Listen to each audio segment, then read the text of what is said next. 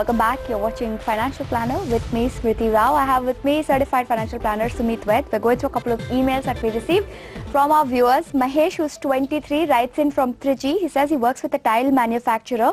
His income per month is 30,000 rupees. He says he spends 8,000, but he manages to put away 22,000. So far, his investments are mostly in FDs and in RDs. He has 1.8 lakhs stashed away.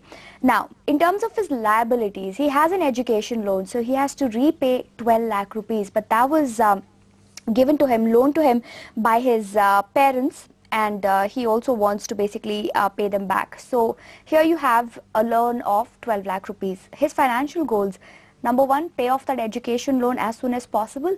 And then here's the interesting part. Then he says, I want to work out a plan because I want to make sure that my parents are financially secure in 8 years' time, which is when they retire. So let's ask Sumit if that's a good idea at all to be looking at taking care of your own parents. Now, Sumit, first, I want to start off by asking you about this gentleman, 23 years old, lives in Trichy, which is, from the looks of it, it looks like it's a place that's relatively cheaper to live in than, let's say, a Mumbai or a Delhi. So he has enough money, 22,000 in savings, but he still has that big loan to pay off. So in terms of prioritizing, what should be his priority? Loan first or start by looking at other goals? I think living anywhere other than Mumbai is definitely cheaper. Much cheaper. Any day, yeah. Especially in these eras.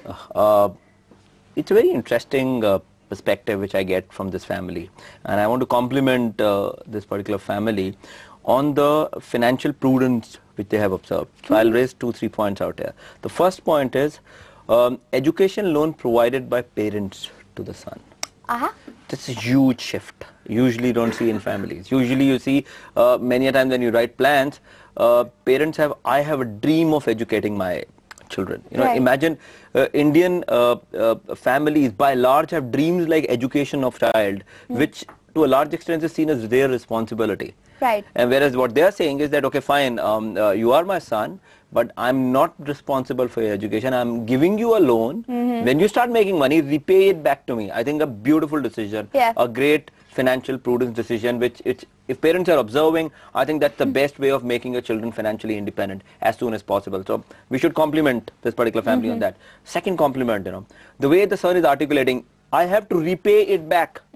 So he is also showing the responsibility being reposed on him. That first thing which I need to do, I am saving 22,000 rupees a month. I want to repay this loan back and then take care of my parental responsibility. So there's a quid pro quo over there between, it's not just all one-sided. The parents are saying, I will take care of my son, I will marry my son off, I will make sure I'll buy my son a house and make sure that he's taken care of. But here you have the son too saying, I will repay that loan and I'll take care of you guys once you've retired. A very rational family. It's not an usual emotional family which is saying, okay, I am here to just provide for my children's future, their education, their marriage, and whatever happens to my retirement, it doesn't matter. My retirement is all about my children. You know, that it's scary in India. It's many a time you sit with clients and they prepare a financial plan, no savings. What is your saving? My saving is my son.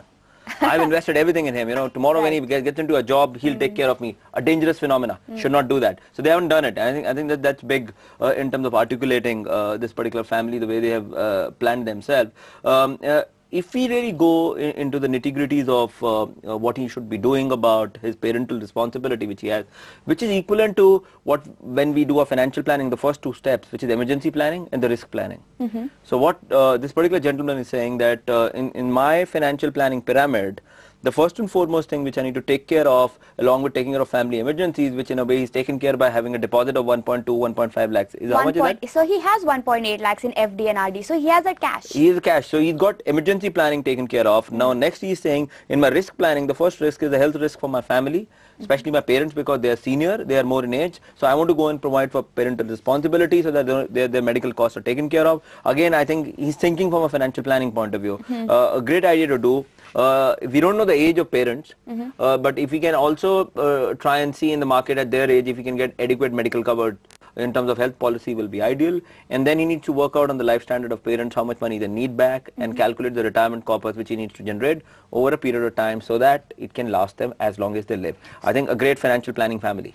Right. So there were lots of main takeaways over there. So you're saying for Mahesh, for that 23-year-old, Yep. one thing is covered, which is he has enough money for that emergency That's right. money. And we keep talking about how it's important to have Very an important. emergency Very, fund. very important. So he's got that sorted. He has 1.8 lakhs in FD and RD. So if he needs that cash, he has it. Second thing is insurance risk planning. You're Yep. saying that because one of his big liabilities are his parents over here and he wants to take care of them, make sure that they have health insurance and also life insurance. True. And then how do you think they should, you said something like he should make sure that he invests in products that will help them with their retirement planning. True. Talk to us a little about annuities and what sort of products Mahesh can look at so that Sure. his parents can get regular payouts after retiring. Yeah, just a small correction before we go there, Smriti.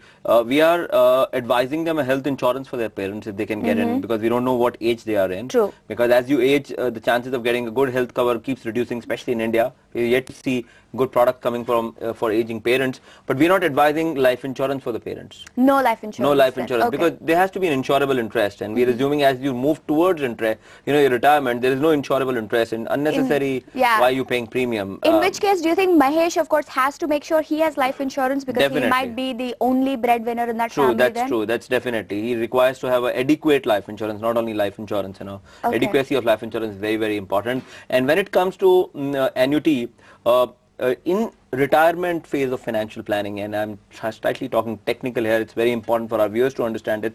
When we do retirement financial planning, there are two stages to this.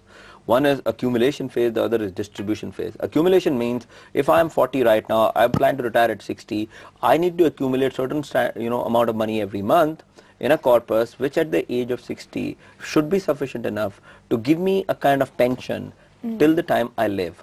So first accumulation phase is it's accumulating money to try and make sure your life standard doesn't get suffered post-retirement. And then annuity is that particular product or an instrument which provides, when invested in that particular instrument, provide the pension back to you as long as you live as per your need.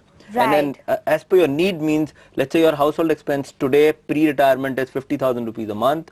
Post-retirement you say my expenses are going to come down. You will still need 25,000 rupees a month till the time you live. So you retire at the age of 60, you live till the age of 85, that is 25 more years.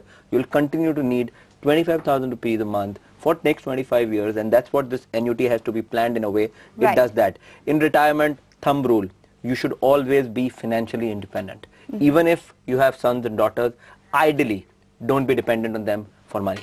All right, on that note, let's take a quick break. When we come back, we'll talk about what the term investment pyramid actually means. Sumit will talk about that after this.